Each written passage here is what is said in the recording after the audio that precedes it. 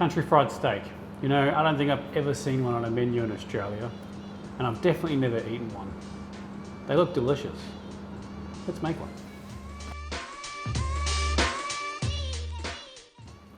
Starting with the beef. So I've chosen to use a rump for this application, and partly because I had some rump in the fridge that I needed to use up. But traditionally this is made with a cube steak. Now a cube steak is basically a top round or a top sirloin, and it's going to tenderize by beating with a mallet or putting through a machine that gives it these score marks. I think these score marks are worth doing no matter what cut of meat that you use, and that's because it does two things. A, it does tenderize the meat, and B, it also gives a lot more surface area for your breading to stick to. So what you're going to do is make lots of little score marks about 1/3 of the way through the meat on each angle, so you end up with lots of little squares on both surfaces of the meat, on the front and the back of the steak. And this is what your finished steak should look like on both sides, a bit like a meat accordion, if that makes sense. So next up we need to make a buttermilk brine. You're going to crack 3 eggs into a bowl, add about 300 ml of buttermilk, a good tablespoon of salt, a good tablespoon of onion powder, and a good 3-finger pinch, and a bit more for good luck, ground black pepper. Give that all a whisk together so it's nice and homogenized, and then get your steaks into it. Now realistically it's best for these steaks to sit in here for at least 4 hours, and overnight it's even better. So once you got your steaks in there completely covered, cover that with some cling film and pop it in the fridge and come back to it when you're ready. So 4 hours later, through the magic of YouTube, we're ready to start dredging. So we just got some plain flour here, and you're going to want about a couple of cups realistically for 4 steaks. Make sure you keep your bench clean. A couple of tablespoons of garlic powder, a couple of tablespoons of salt, and another couple of good pinches of black pepper. Get that all mixed together and ready to go. So now we've got our dredging station all ready. We're going to take our steak from the buttermilk and straight into the flour. So from the first time in the flour, we're going to shake off any excess and back into the buttermilk. And then we're going to go back into the flour for a second time to make sure we've got a really good coverage or breading over the whole steak. So once that steak's been through the flour twice, we're going to place that onto a wire rack, and we're just going to rest those in the fridge for 30 minutes up to a couple of hours. And what that does is just make sure that the dredge is really nicely set in and sticks to the steak. Alright, moving on to cooking our country fried steaks. So we've got a cast iron pan here. I'm using beef tallow to cook this, but you can just use vegetable oil.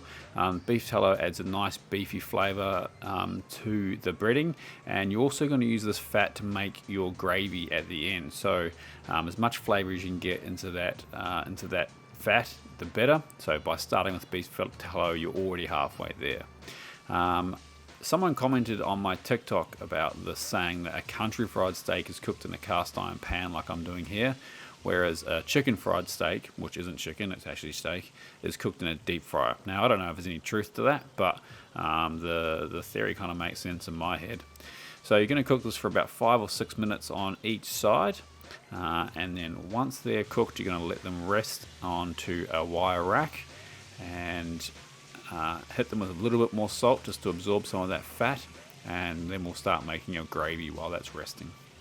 Alright, to make our gravy, we're going to take a separate saucepan. We're going to add about 4 tablespoons of the fat that we just cooked our country fried steak in.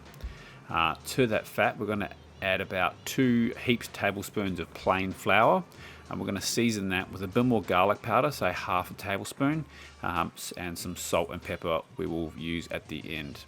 Once you've cooked that flour out for 3 to 4 minutes, you're going to start adding milk, a little bit at a time, and stirring consistently so that we don't have a lumpy sauce. You want the sauce to be reasonably thick but still pourable, if that makes sense. You don't want a super thick, clunky sauce. So in total, I added about 600 ml of full fat milk into the sauce, and that gave me the right consistency that I was looking for. You might be wanting it a little bit thicker or a little bit thinner. That's kind of your prerogative. But once we've got all that milk that you're at and you're happy with the consistency, let that cook out for a few more minutes to make sure you've got no raw flour, and season that to taste with salt and pepper. Alright, it's time to start plating. So I'm going to serve this with some real simple mashed potato, just creamed with butter and some full fat milk. Some sauteed greens with, so just sauteed with garlic, butter and a little bit of olive oil. And don't forget our nice big country fried steak. And of course, lashings of delicious gravy. The most important part, how does it taste? The steak's cooked nicely.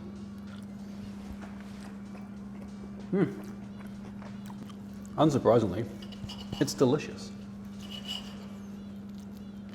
Steak's cooked well, it's protected from the batter, it's crispy. Country fried steak. This should be on every pub menu in Australia. Outstanding. So there it is, my first long format recipe video on YouTube. I had a great time making it and I hope you guys enjoyed it. I've got a few things to polish up, but I'm sure we'll get there.